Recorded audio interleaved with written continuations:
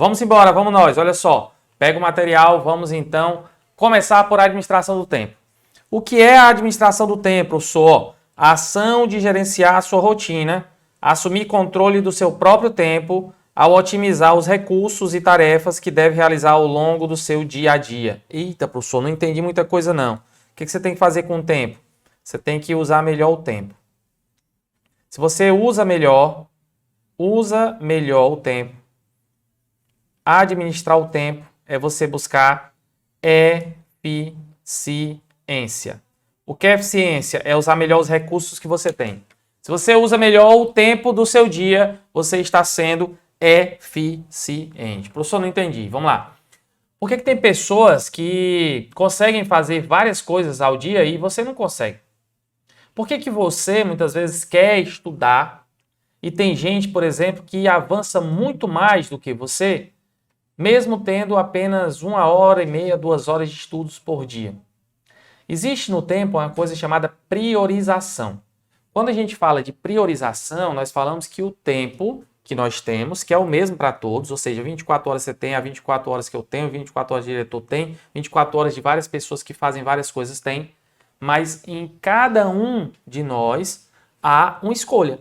O que fazer com esse tempo, né? Eu posso, por exemplo, passar o dia inteiro ali na rede social, assistindo reality show, assistindo séries, né? Ou eu posso, por exemplo, pegar esse tempo e dividir em tarefas que possam me aproximar do meu objetivo. Administrar tempo é, então, entender que nós vamos usar esse recurso tempo da melhor forma possível, ou seja, nós vamos ser eficientes fazendo o que deve ser feito para alcançar o objetivo. Isso é dar prioridade. Tem uma frase de um filósofo antigo chamado Sêneca, filósofo estoico, que ele diz o seguinte, ó: tempo é questão de prioridade. Não é que nós temos muito tempo ou pouco tempo de vidas, dizia Sêneca. É que, na verdade, nós nos distraímos muito e perdemos muito tempo com coisas que não são prioridades. Isso ele dizia, e é verdade. Quando você tem um objetivo na sua vida, você tem que priorizar tempo em detrimento de outras coisas. O problema é que a gente tem muita coisa para fazer ao mesmo tempo. E, professor, o que isso tem a ver com minha aula? Tudo. Porque quando a gente fala de administração do tempo, e a gente fala de reunião, de agenda, quando a gente fala em fazer várias coisas dentro de um processo lá na empresa pública ou na empresa privada, você precisa priorizar. Às vezes, né, trabalhando numa empresa, você não consegue evoluir. Você sente às vezes que você diz, cara, eu estou aqui, eu não consigo evoluir, eu não consigo avançar, eu estou vendo pessoas ali, ó, fazendo a mesma coisa que eu e fazendo muito mais além, eu não consigo evoluir. Priorize, né? Por que, por exemplo, tem gente que recebe, sei lá, na sua caixa de e-mail ali, ó, 1000 e-mails, 500 e-mails por dia, 2 dias, uma semana, e ele consegue dar conta de tanta coisa assim, e eu não consigo se eu recebo só 100 e-mails. Veja, ele está priorizando as situações. Tem situações que a gente não pode abraçar como se fosse algo muito forte, porque ele não vai dar tanto resultado assim. Isso aí tem uma lógica lá dentro da administração, uma técnica chamada de Pareto, o princípio de Pareto, que é isso, 80-20. Pareto dizia que 80% das coisas que acontecem na nossa vida são relativas a 20% de causas que levam a essa situação. Então, levando isso em consideração, a gente vai imaginar mais ou menos o seguinte, ó, imagina uma empresa de seguros que 80% dos seguros que são feitos naquela empresa são para carros e 20% para veículos. Ou carros, veículos, é a mesma coisa. Então, 80% para carros, veículos e 20% para navios. Aí sim. Então, 80% dos seguros para carros, 20% para navio. Quando eu vou olhar o faturamento da empresa, eu percebo que o faturamento da empresa, 80% do faturamento é de navio, que eu só faço 20%. E 20% do faturamento da empresa é de carro, que eu gasto muita energia. Onde a empresa deveria focar o seu olhar? Onde ela deveria focar para ganhar mais dinheiro? Navio, percebe? Só que às vezes, olhando essa lógica do Pareto, a gente percebe que a gente gasta muito tempo com coisas que, entre aspas, são mais fáceis. Então, por exemplo, a empresa talvez seja menos burocrática e mais fácil fazer o seguro para carro do que para navio. Então, várias pessoas trabalham lá no comercial, fecham para carro porque é mais fácil, ela quer bater meta. Então, ela deixa de priorizar aquilo que traz efetivamente resultado. Isso diz tudo a ver com a questão da administração do tempo. com essa questão de dizer, cara, eu quero ver aqui a questão de reunião, eu quero ver a questão de agenda, eu quero ver como eu vou organizar o meu dia, eu quero ver como eu vou organizar aqui todo o processo agora nesse novo cargo. Veja, você aí é um futuro servidor da Câmara Municipal de Fortaleza. Você precisa ter a sua agenda definida. Definir o que é que você vai fazer durante o dia. Ah, professor, mas eu vou para lá e eu queria, sei lá, queria fazer nada. Sinto dizer, na administração pública hoje você vai ter que fazer muita coisa. Que a administração pública que a gente tem hoje é uma administração pública gerencial. Ela busca o resultado, é entregar o resultado ao cidadão. Então tem muita coisa que você vai fazer. Tem muito trabalho a desenvolver. E para isso, né, tem espaço para que a gente possa aí administrar o nosso tempo com prioridades que nos levem a esse objetivo. Não só o objetivo inicial, que é passar no concurso, mas o objetivo também de atender coisas que estão lá dentro da administração pública. Entenderam esse primeiro ponto? Beleza. Volta para cá, ó. Né? É importante salientar, ó, isso não significa, então deixa eu apagar aqui, ó. Isso não significa controlar 100% do seu dia, não é isso. Não é que você controla 100% do dia, né? É que você vai dar o quê? Prioridade em algumas situações, né? Então você dá ali flexibilidade no seu trabalho para poder gerir o tempo. Então, ó, essa gestão do tempo é estratégia com o objetivo de aproveitar da melhor maneira possível os seus períodos disponíveis, né? E aí, nesse caso, a gente precisa entender o seguinte, ó. Quando a gente fala de administrar o tempo e fala de ser produtivo, quando a gente fala de administrar o tempo e ao mesmo tempo a gente fala de ser produtivo, a gente percebe o seguinte, ó, administrar o tempo, cadê ele? Tá aqui, ó. Cadê o marcadorzinho? Opa, deixa eu pegar aqui, deixa eu ver se dá certo. Voltou, pronto. Não, não voltou. Deu uma travadinha aqui. Beleza, mas quando a gente fala de administração do tempo e de produtividade, né, nós estamos percebendo que são conceitos interligados, ó. Então aqui, ó, administrar tempo e produtividade são conceitos que estão interligados. Não, deu uma travadinha, mas tranquila, a gente vai ajustar, né? Assim como ser uma pessoa eficaz e eficiente. Então veja, ó, aqui é importante que eu coloque isso para você, né? Administrar o tempo e ter a produtividade, né? Isso é uma coisa que é totalmente interligado, tá? Assim como eficiência e eficácia. Mas cuidado, eficiência e eficácia, eles não são interdependentes, eles são interligados, mas não são interdependentes. Professor, não entendi, vem para cá, ó. Deixa eu trazer um esqueminha aqui para você entender. Olha só. A administração do tempo e produtividade, existe uma interligação entre eles, ó. Eles são interligados. São interligados. O que isso quer dizer? Veja, muitas vezes eu digo que eu sou produtivo porque eu administro bem o meu tempo. Tranquilo até aí?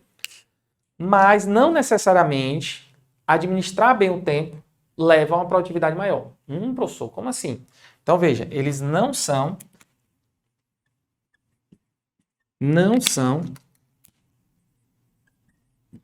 interdependentes.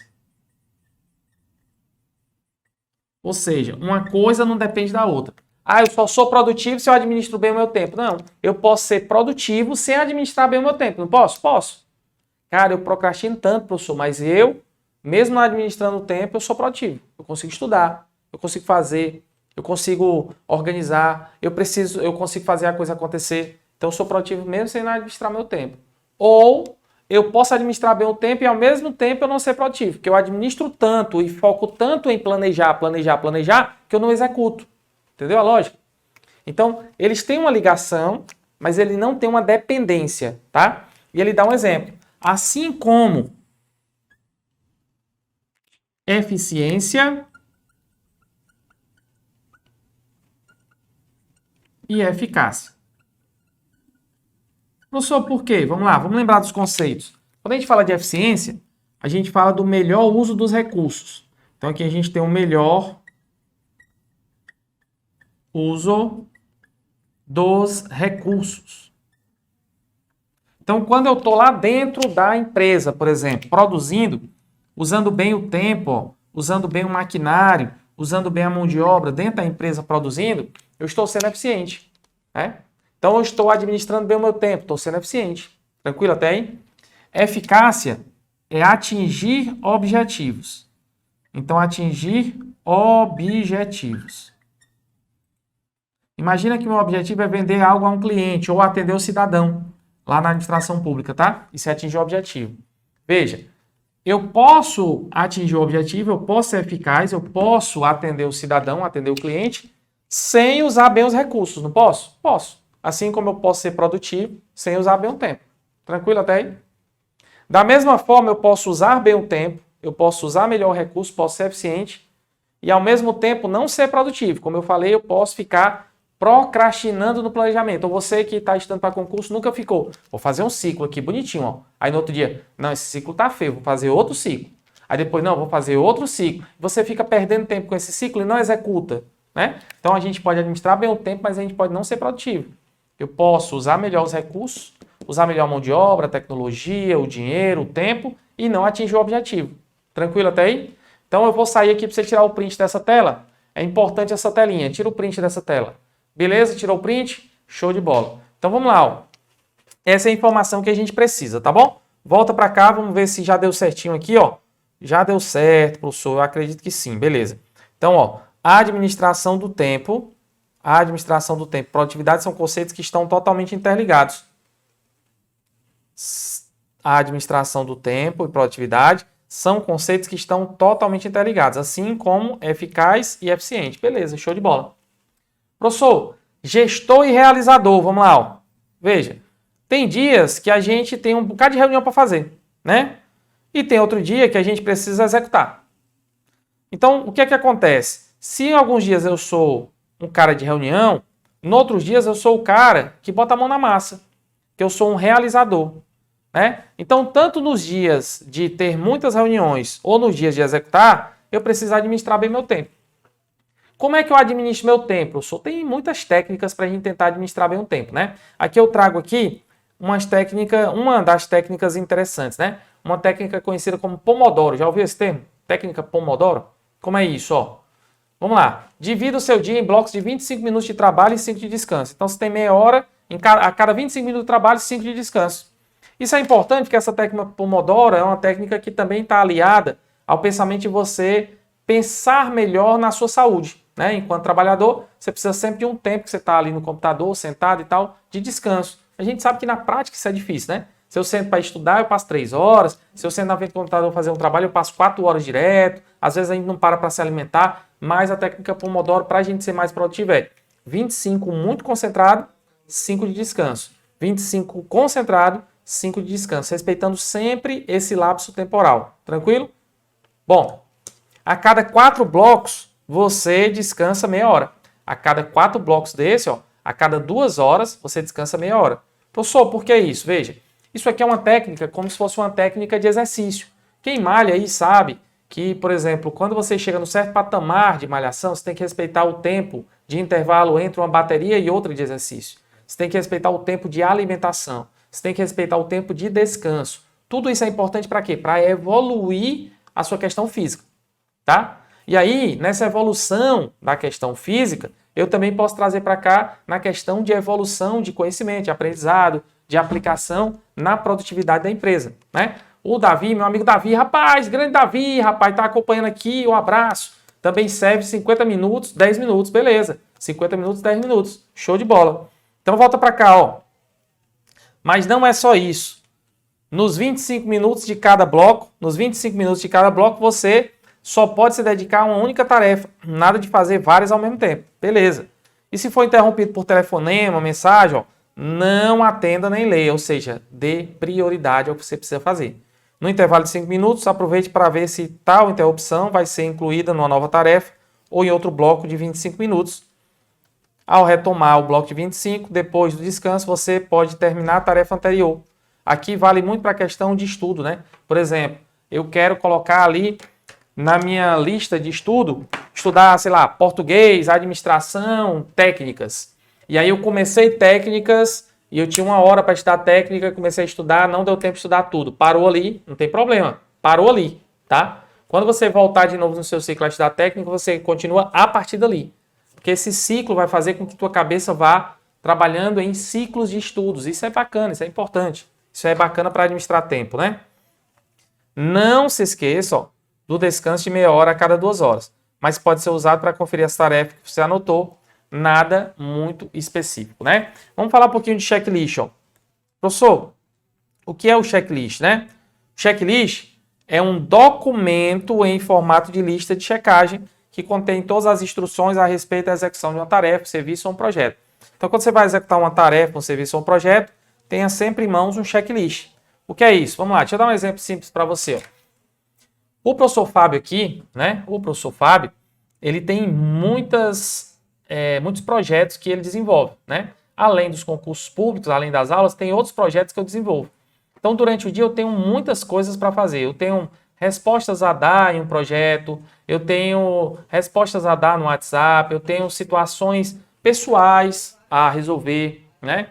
Eu tenho, por exemplo, os meus filhos para cuidar, eu tenho, por exemplo, minha casa para cuidar, eu, por exemplo, tenho a minha família para poder dar atenção. Então, a gente precisa administrar o tempo diante de todo esse processo. Não dá para a gente ficar somente num ponto, porque senão os outros pontos não vão ser feitos com excelência. A gente precisa administrar bem o tempo. E aí o que é que acontece? Nesse caso, muitas vezes durante o dia, eu preciso fazer uma lista. E eu faço uma lista mesmo para poder lembrar. E aí eu vou simplesmente, ó, ticando aquilo que eu já fiz. Por quê? Porque aquilo vai me fazer cedinho a lista que eu faço, ou geralmente faço um dia anterior para poder começar o dia já com a lista pronta, eu já vou fazendo aquilo que deve ser feito, porque eu vou entendendo que eu preciso ali ser produtivo no dia. E para isso eu preciso lembrar de tudo. Se a gente não tiver o checklist, se você não tiver essa lista de checagem, você em algum momento vai esquecer. E aí não é interessante quando você esquece desse processo, tá bom? É importante ter sim uma lista de checagem. Beleza, show de bola. Então, ó, seu objetivo é orientar ações que precisam ser iniciadas ou concluídas, garantindo que sejam realizadas de acordo, ó, com as etapas estabelecidas, na sequência correta e no prazo definido. Muitas vezes nos projetos ocorre assim, né?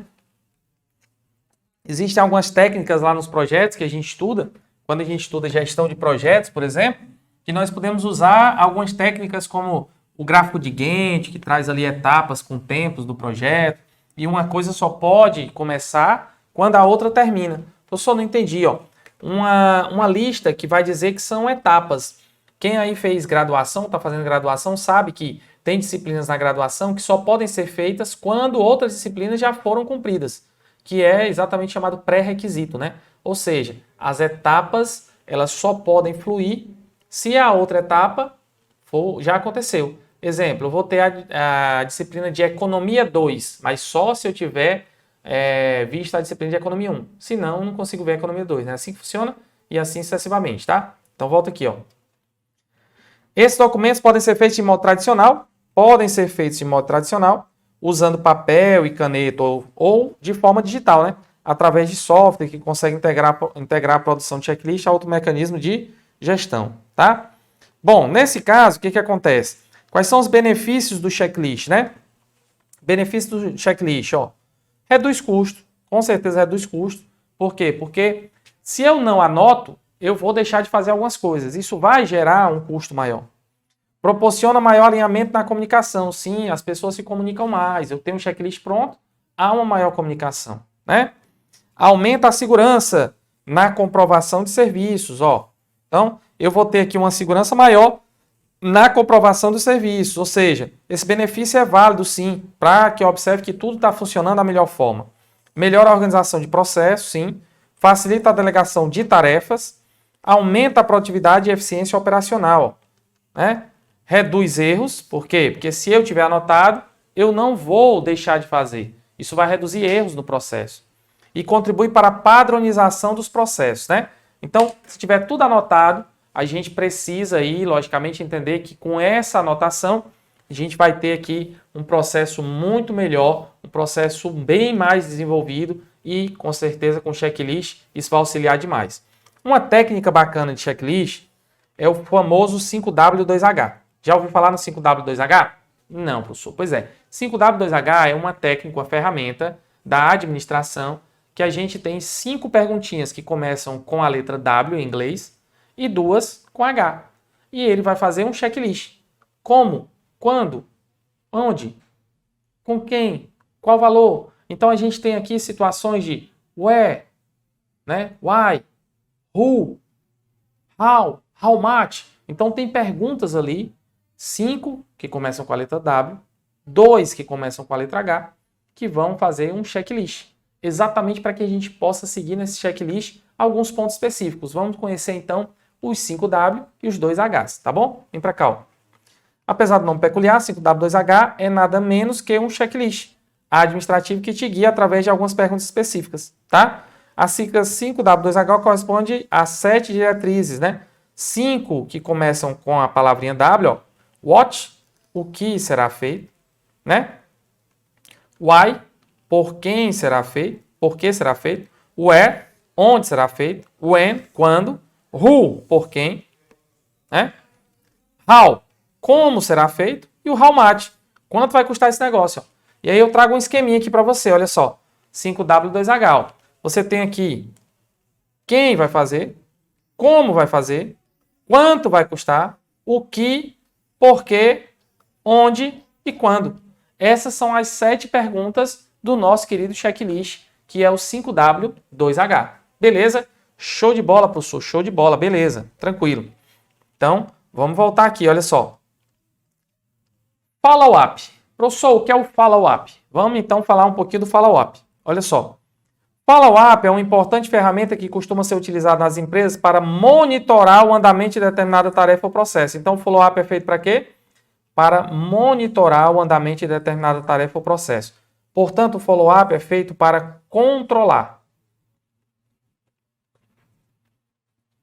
o processo. É feito para avaliar o processo, tá? De origem inglesa, em português o termo significa continuação, ó, acompanhamento, supervisão, fiscalização, verificação, controle, avaliação, tá?